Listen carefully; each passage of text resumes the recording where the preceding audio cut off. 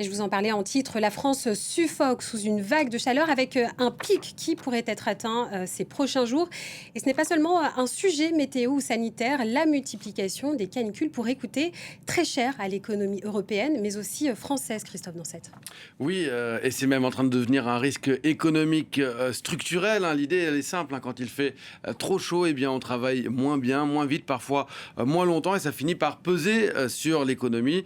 Selon une étude récente de l'assureur Allianz Trade, la multiplication des vagues de chaleur pourrait amputer la croissance des grands pays européens de 5 à 7% entre 2026, c'est-à-dire cette année, et 2030. Et la France serait particulièrement exposée. L'impact pourrait atteindre plus de 210 milliards d'euros d'ici 2030. C'est davantage que l'Allemagne, c'est avec 110 milliards d'euros, pardon, et c'est plus que l'Italie ou que l'Espagne également, comme vous le voyez sur ce graphique. Et cela, Christophe, pourrait finir par se voir dans les prix ? Oui, pour deux raisons principales. Cette canicule, la France d'abord serait plus touchée parce que d'abord les vagues de chaleur sont plus fortes en France qu'outre-Rhin, et ensuite parce que notre économie est plus exposée que les économies allemandes, est plus exposée à ce qu'on appelle le stress thermique, c'est-à-dire l'impact de la chaleur sur nos activités.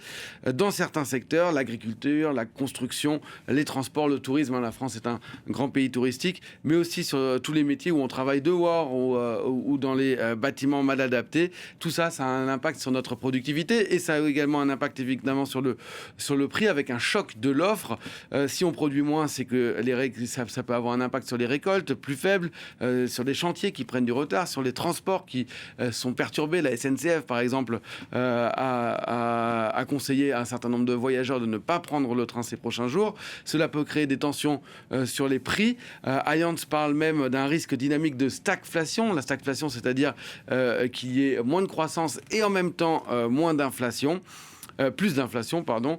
Et derrière cela, il y a aussi un risque pour les finances publiques. Moins d'activité, ça veut dire moins de recettes fiscales. L'étude estime que ces pertes de production pourraient réduire les recettes fiscales de l'ordre de 1,8% chaque année en moyenne pour la France. Résultat, eh bien, cette vague de chaleur pourrait dégrader le déficit public de 2,2% en moyenne sur la période. Autrement dit, une canicule, ça pèse sur les entreprises, mais ça pèse aussi sur l'État.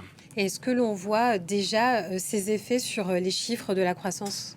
Alors ça, c'est pas certain. L'INSEE estime que l'épisode de chaleur l'année dernière, par exemple, n'avait pas eu d'impact réel sur la croissance, de manière très visible en tout cas, parce qu'il y a aussi des effets compensatoires. Les ménages achètent plus de boissons, plus de produits frais, et évidemment, peut-être que vous en avez profité, vous aussi, en tout cas moi c'était le cas, beaucoup de glace. La consommation d'électricité, elle augmente avec la climatisation, mais cette année, l'impact pourrait être aussi surtout plus fort que l'année dernière, parce que les premières vagues de chaleur, et c'est la deuxième déjà là cette année, eh bien elles arrivent tôt, avant les vacances, alors que les Français donc sont encore au travail, que l'école n'est pas terminé, et donc ça peut avoir un impact, puisque 850 écoles sont fermées dès ce matin en France. 1800 devraient fermer autour de midi aujourd'hui et renvoyer les élèves à la maison. Eh bien, ça oblige un certain nombre de salariés à garder leurs enfants chez eux, et donc là aussi avec un impact sur leur productivité, évidemment. Et alors, Christophe, la chaleur devient un vrai sujet politique-économique.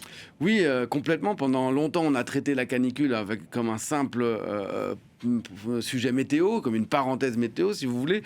Aujourd'hui, elle devient un sujet de compétitivité. D'ailleurs, la France, elle a mis en place, il y a quelques années, un plan national d'adaptation au changement climatique.